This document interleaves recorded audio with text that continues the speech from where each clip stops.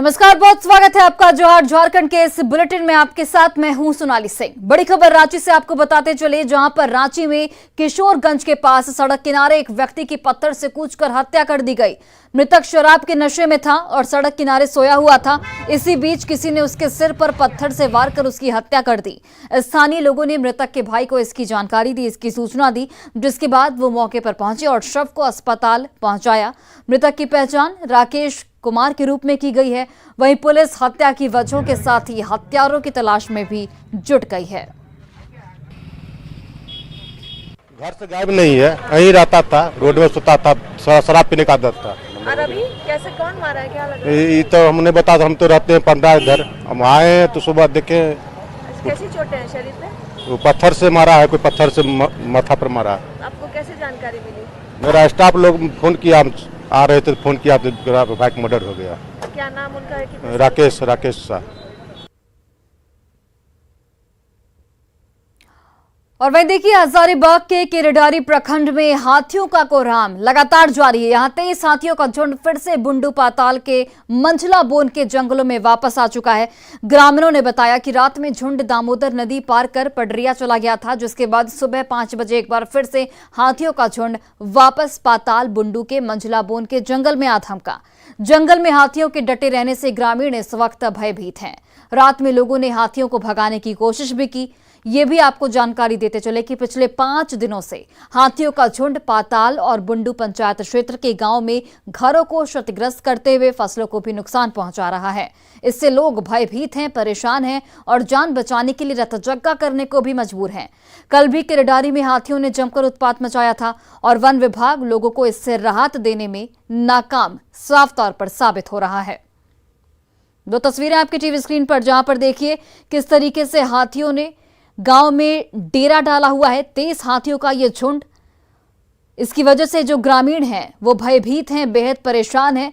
लगातार हाथियों की ओर से घरों को क्षतिग्रस्त किया जा रहा है, फसलों को नुकसान पहुंचाया जा रहा है। वन विभाग से लगातार ग्रामीणों की ओर से गुहार लगाई जा रही है मदद की, लेकिन वन विभाग की ओर से जो मदद है वो नाकाफी साबित हो रही है। और देखिए, ऐसे में इस खबर पर लगातार सवाल भी खड़े होते हैं। न्यूज़ 18 कई गंभीर सवाल पूछ रहा है कि कब भागेंगे केरेडारी के जंगल में जमे हाथी। सवाल यह भी उठता है कि हाथियों को भगाने में वन विभाग आखिर नाकाम क्यों साबित हो रहा है। सवाल यह भी कि क्या केवल मुआवजा देना ही वन विभाग का काम है, क्योंकि जो खबर सामने आ रही है उससे तो यही लगता है, क्योंकि बार बार ग्रामीणों की ओर से ये अपील की जा रही है कि हाथियों को किसी तरीके से भगाया जाए जंगल की ओर, लेकिन उसके बाद भी वन विभाग की ओर से जो भी कोशिशें की जा रही हैं वो नाकाम साबित हो रही हैं। आम जनता तक सरकार की योजनाओं का लाभ पहुंचाने के लिए झारखंड की हेमंत सोरेन सरकार एक बार फिर आम जनता के पास पहुंच रही है। सरकार की ओर से एक बार फिर से आपकी योजना, आपकी सरकार, आपके द्वार कार्यक्रम की शुरुआत की जा रही है। यह कार्यक्रम 2 चरणों में चलेगा। पहला चरण 12 अक्टूबर से 22 अक्टूबर तक और फिर दूसरा चरण 1 नवंबर से 14 नवंबर तक चलेगा। कार्यक्रम में शुरुआत गिरिडीह से की जा रही है। सीएम हेमंत सोरेन के आगमन को लेकर तैयारियां गिरिडीह में पूरी कर ली गई हैं। कार्यक्रम स्थल से इस खबर पर अधिक जानकारी दे रहे हैं हमारे सहयोगी एजाज अहमद।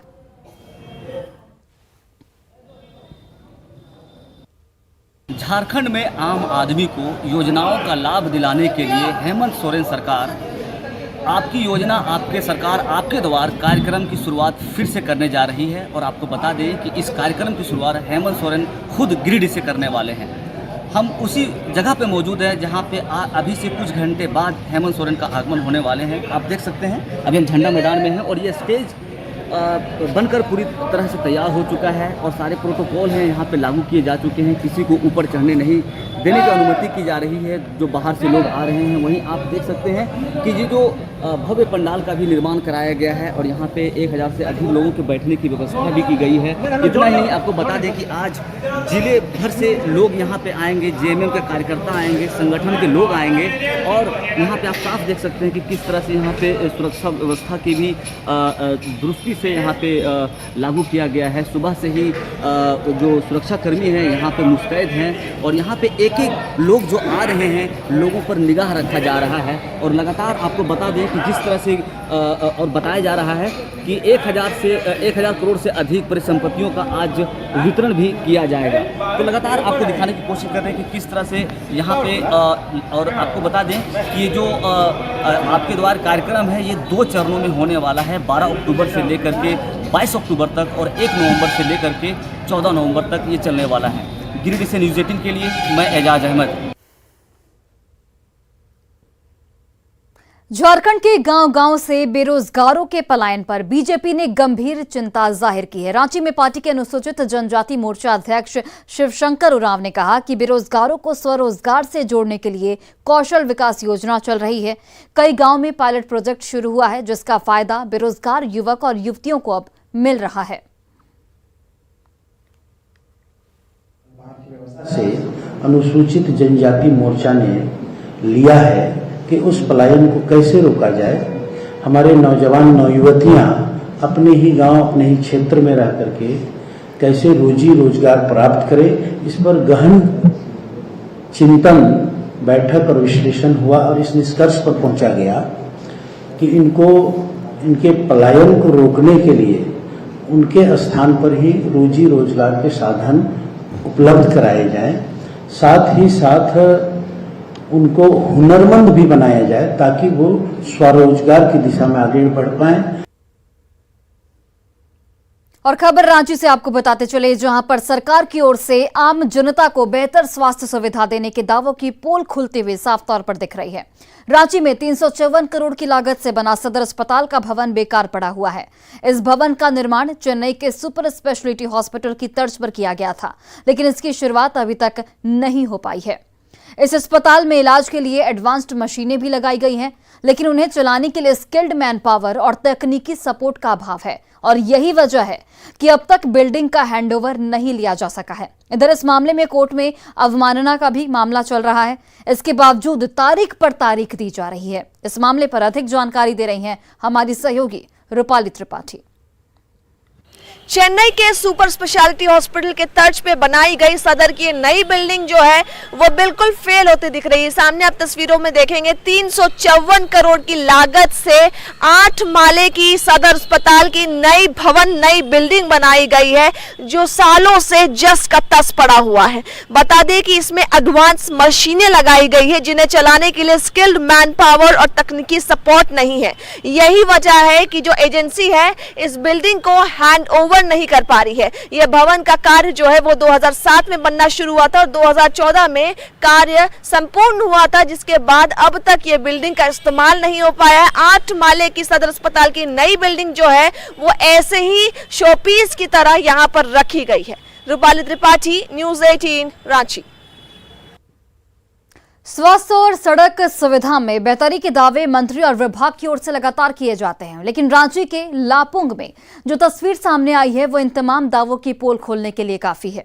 रांची के बेड़ो में हॉकी खिलाड़ी मनोज मुंडा की तबीयत बिगड़ गई थी। मनोज मुंडा को बांस की चचरी पर लादकर इलाज के लिए ले जाया गया। दरअसल गांव में न तो पुलिया है और न ही कच्ची सड़क को पक्की सड़क में बदला जा सका है। ऐसे में गांव तक किसी भी आपात स्थिति में एम्बुलेंस नहीं पहुंच पाता। थोड़ी सी भी बारिश होती है तो पूरा गांव टापू में तब्दील हो जाता है। ऐसे में बीमार होने पर इलाज के लिए लोग मरीज को कंधे पर लादकर गांव से बाहर तक जाते हैं, जिसके बाद उसे इलाज की सुविधा मिल पाती है। तो ऐसे में आप समझ सकते हैं कि ग्रामीणों को इस वक्त कितनी परेशानी का सामना करना पड़ रहा होगा।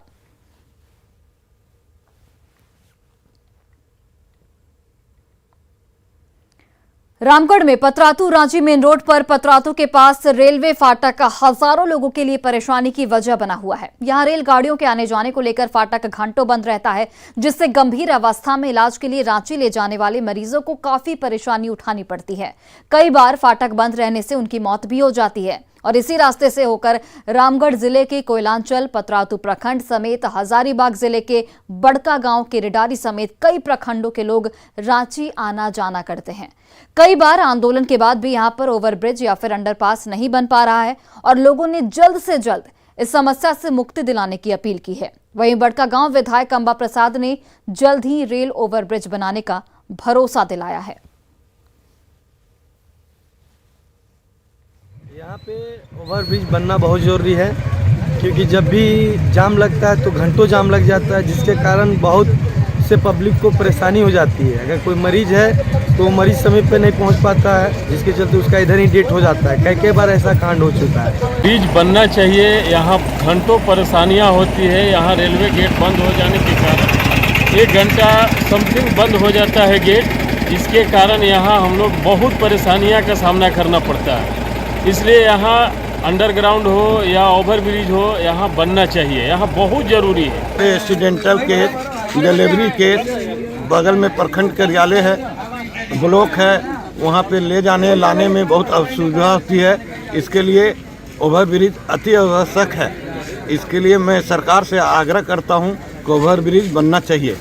बहुत दिन से हमने भी इंतजार किया। ये केंद्र सरकार के स्तर का चीज है, लेकिन हम समझ गए हैं कि हमारे क्षेत्र की जनता बहुत परेशान है, तो इसमें हम बैठे नहीं रहेंगे। हम अपने सरकार से, हम विधानसभा में भी ये मामला उठाएं। जो ड्राइंग का काम था वो सारा अधिकारियों से कराकर, और हमने बहुत पहले ही भिजवा दिया। और वहीं जमशेदपुर के एसएनपी एरिया में जेएनएसी की ओर से अतिक्रमण हटाओ अभियान चलाया जा रहा है। साथ ही सड़क किनारे लगी कई अवैध दुकानों को ध्वस्त कर दिया गया। कई दुकानदारों ने इसका विरोध भी किया। इसके बावजूद जेएनएसी की टीम ने पार्किंग और फुटपाथ पर अवैध दुकान को ध्वस्त कर दिया। पीड़ित दुकानदारों ने इंसाफ की गुहार लगाई है। हमारी भी इन्फोर्समेंट टीम यहाँ पे रेगुलर घूमेगी। हम लोग अब सुनिश्चित करेंगे कि एक बार जिसे हटा दिया गया है वो ना लगे यहाँ पे। सेकेंडली कि जहाँ पे मैंने जिस पार्कर को यहाँ पे बंदोबस्ती किया है, जिस कॉन्ट्रैक्टर के साथ, उसको भी मैंने सुपौज किया है। उसके जवाब का भी मुझे इंतजार है। और बड़ी खबर आपको धनबाद से बताते चले, जहां पर बीसीसीएल के विभिन्न कोल डंप में वर्चस्व को लेकर लगातार हिंसक झड़प होती रहती है। और इस विवाद को खत्म कराने के लिए बरोरा थाना परिसर में त्रिपक्षीय वार्ता हुई, लेकिन ये वार्ता विफल साबित हुई। ऐसे में विधायक ढोलू महतो और कन्हई चौहान के समर्थक फिर आमने सामने आ सकते हैं और पूरे इलाके में खूनी संघर्ष की आशंका जताई जा रही है।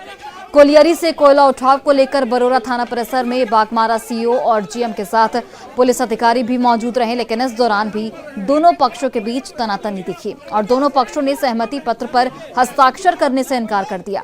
हालांकि सीओ ने दोनों पक्ष में सहमति का दावा किया है।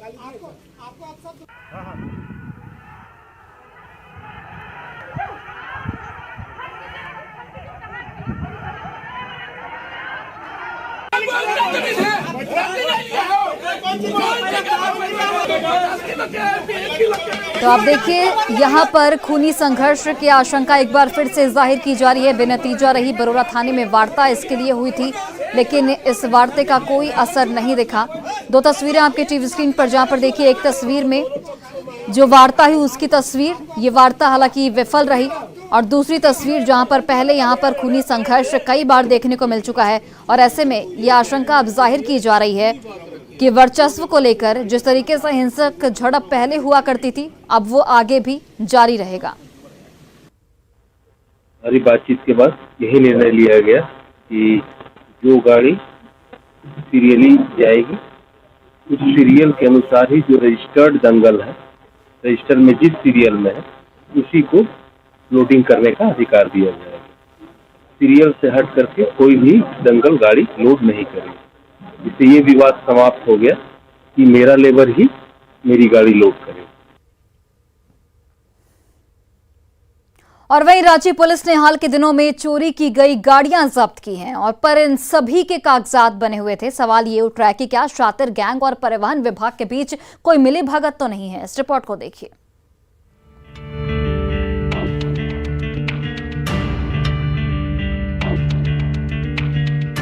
टेबल पर पड़े स्मार्ट कार्ड को देखिए। इस पर झारखंड सरकार की मुहर लगी है। डीटीओ का हस्ताक्षर भी है। देखने में बिल्कुल असली लग रहा है, पर ये स्मार्ट कार्ड चोरी की गाड़ी का है। जी हाँ, शातिर चोरों ने इसे ऐसा बनाया है कि कोई भी धोखा खा जाए। राजधानी रांची में लगातार चोरी की ऐसी गाड़ियां पकड़ी जा रही हैं, जिनके कागजात तैयार कर उसे ऐसा बनाया जा रहा है कि किसी को आसानी से ये पता ना चले कि वो असली है या नकली। कई थानों में चोरी की गाड़ियां बरामद हुई है, लाइट व्हीकल भी और बाइक भी। ठाकुर गांव में भी, कांके में, नामकुम में भी और पिठोरिया में मैंने ये पाया उन चोरी की गाड़ियों के साथ कि इंजन चेसिस तो उनके ठीक हैं, लेकिन रजिस्ट्रेशन। वाहन चोर गिरोह गाड़ी के रजिस्ट्रेशन और नंबर को तो बदल दे रहे हैं, पर चेसिस नंबर और इंजन नंबर को बदलने में वो कामयाब नहीं हो सके हैं, जिसे चेकिंग के दौरान पुलिस पकड़ ले रही है। पर जिस बारीकी से ये गिरोह काम कर रहा है, उससे कई सवाल भी खड़े होने लगे हैं कि क्या ये वाहन चोर गिरोह साइबर अपराधियों के साथ मिलकर काम कर रहा है या फिर इसमें जिला परिवहन विभाग के कर्मियों की मिलीभगत है। तमाम जो भी गाड़ियां पकड़ाई है सबका हम लोगों ने डिटेल से लिया है और ऐसा लगा कि डीटीओ कार्यालय से कुछ न कुछ लोग जुड़ गए हुए हैं या मिले हुए हैं, चाहे जिस रूप से भी हों। वहाँ भी लोग फॉर्ज करने के लिए तैयार हो गए हैं और कर भी रहे हैं। आखिर बारकोड जब दे रहे हैं स्मार्ट कार्ड में, जिसको शो कर रहा है कि नहीं वो बारकोड हमारा डीटीओ ऑफिस से जुड़ा हुआ है और डिटेल्स जब लिया जा रहा है तो फिर वहाँ पकड़ा जा रहा है। या चोरी की गाड़ियों को सही बताकर बेचने के लिए ये शातिर बदमाश किसी भी हद तक जाने को तैयार हैं। ऐसे में अगर आप कोई सेकेंड हैंड गाड़ी खरीद रहे हैं तो पहले उसकी पूरी पड़ताल कर लें, वरना वही गाड़ी आपके गले का फांस बन सकती है। ओम प्रकाश, न्यूज़ 18, रांची। रांची के पुंदाग में 15 लाख की सनसनीखेज चोरी की वारदात सामने आई है। पुंदाग निवासी सुनीता देवी परिवार के साथ बेटे से मिलने दुबई गई थी। जब लौटी तो चोरों ने घर से सारे कीमती सामान और कैश गायब कर दिए थे। उनकी बिल्डिंग में कई किराएदार भी रहते हैं, पर किसी को चोरी की कानूकान भनक तक नहीं लगी। पीड़ित परिवार ने पुंदाग पुलिस से शातिर चोरों को दबोचने की गुहार लगाई है।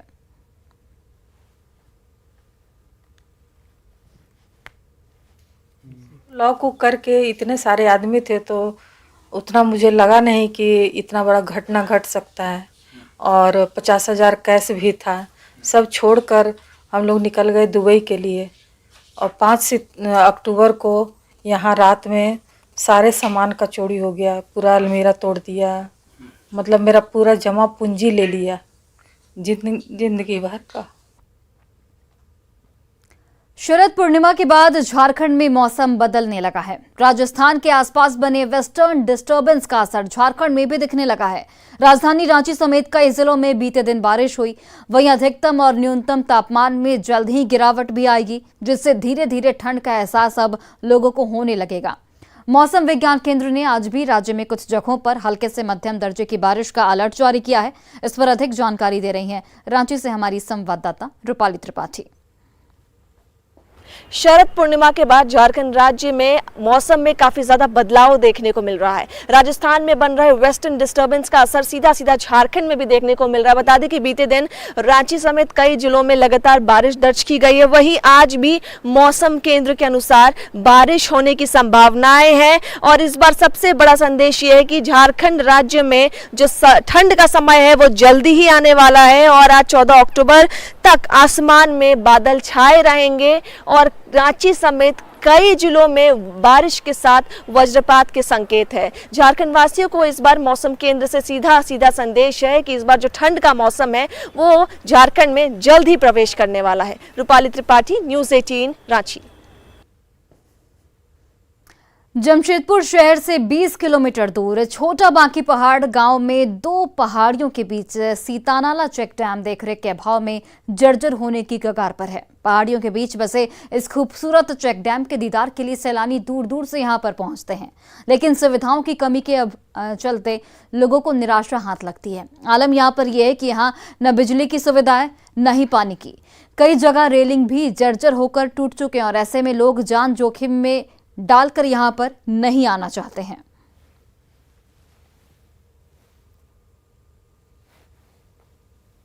जमशेदपुर से डेली आदमी मतलब 200-250 लोग आते हैं और अभी तो पिकनिक का समय आ रहा है, उसमें और ज़्यादा आदमी डेली बढ़ जाएगा।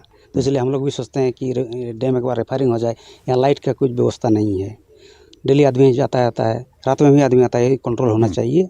हम लोग चाहते हैं कि लाइट भी लग जाए, साफ सुथराई होना चाहिए। पानी की व्यवस्था यहाँ बिल्कुल ही नहीं है, ना खेत में पानी पहुँचता है, कुछ नहीं। देखा जाए कैनाल पूरा टूटा हुआ है रेलिंग वेलिंग सब टूटा है डैम। ये जो प्राकृतिक जो नेचर का जो मतलब सौंदर्य है बहुत ही अच्छा है, बट यहाँ पर कुछ चीज़ का जो कमी है सुविधा, वो पानी का, बिजली का, ये होना चाहिए। तो इससे क्या होगा कि सौंदर्य का जो मतलब प्रकृति का जो मतलब लुत्फ है, जो यहाँ के पब्लिक है, जो आसपास के क्षेत्र के लोग हैं, वो आके इसका मतलब एंजॉय कर सकते हैं। कहता हूँ कि देख सकते हैं कि बड़ी पैमाने पर यहाँ पर कीता नाला जो दो पहाड़ियों के बीच में जो यहाँ पर डैम का जो बनाया गया है, और इसी डैम जो चांडिल डैम से जो पानी आती है वह इसी डैम में स्टोर होने के बाद फिर इसी नहर के माध्यम से गालूडी, बहरागोड़ा, काफ़ी लंबी दूरी तक इस नहर सिंचाई के लिए बनाई गई है। इस डैम के माध्यम से जो खेतों में जो पानी पहुंचनी चाहिए वह भी सिंचाई के लिए वह भी उपलब्ध होना चाहिए, लेकिन इस तरह की कोई भी सुविधा भी फिलहाल इस जगह पे नहीं है। ज़रूरत है इस डैम को बनाने की, रिपेयरिंग करने की, ताकि आसपास के जो लोग हैं उन्हें इसका लाभ मिल पाए, और दूर दराज से जो ग्रामीण जो श्रद्धालु या फिर जो पर्यटन या इस क्षेत्र में आते हैं उन्हें भी इस प्रगति का नज़ारा जो उन्हें लुत्फ़ उठाते हैं उन्हें सुविधा मिल पाए। प्रभंजन कुमार, न्यूज़ 18 जमशेदपुर। और देवघर सदर अस्पताल परिसर में दिव्यांगों को यूआईडी बनाने के लिए घंटों मशक्कत करना पड़ा। दरअसल अस्पताल में विशेष शिविर का आयोजन दिव्यांगों के लिए किया जरूर गया था, लेकिन डॉक्टर के इंतजार में लोग 2 घंटे से भी ज्यादा वक्त तक लाइन में खड़े रहे। दिव्यांगों से जुड़ी समस्या से जब जिले के सिविल सर्जन तक पहुंचाई गई, तब जाकर सीएम ने खुद अस्पताल पहुंचकर चिकित्सकों को कड़ी फटकार लगाई और स्पष्टीकरण भी जारी किया गया। और अभी लाइन में जो खड़े वही दिक्कत हो रहा है, डॉक्टर साहब यहाँ नहीं आ गए और हम बिला से आ गए, आँख के लिए बोला जा रहा है कि आएंगे, लेकिन कब आएंगे ये कोई गारंटी नहीं है। अभी यहाँ पर लगभग 2 घंटा से खड़े हैं, ना कोई देख रेख का, डॉक्टर आने का भी कोई संभावना है नहीं, ये तो वही बता सकते हैं। डॉक्टर के लिए हम अपने आए, देखिए आँख वाले ENT वाले आ गए हैं, आँख वाले मधुपुर से आ रहे हैं, लेकिन वो लेट से आएंगे तो उनको हम शो कॉज करेंगे कि अब जब पहले से आपको मालूम है तो लेट क्यों आए। और फिलहाल इस बुलेटिन में बस इतना ही। आप देखते रहिए न्यूज़ 18 बिहार झारखंड।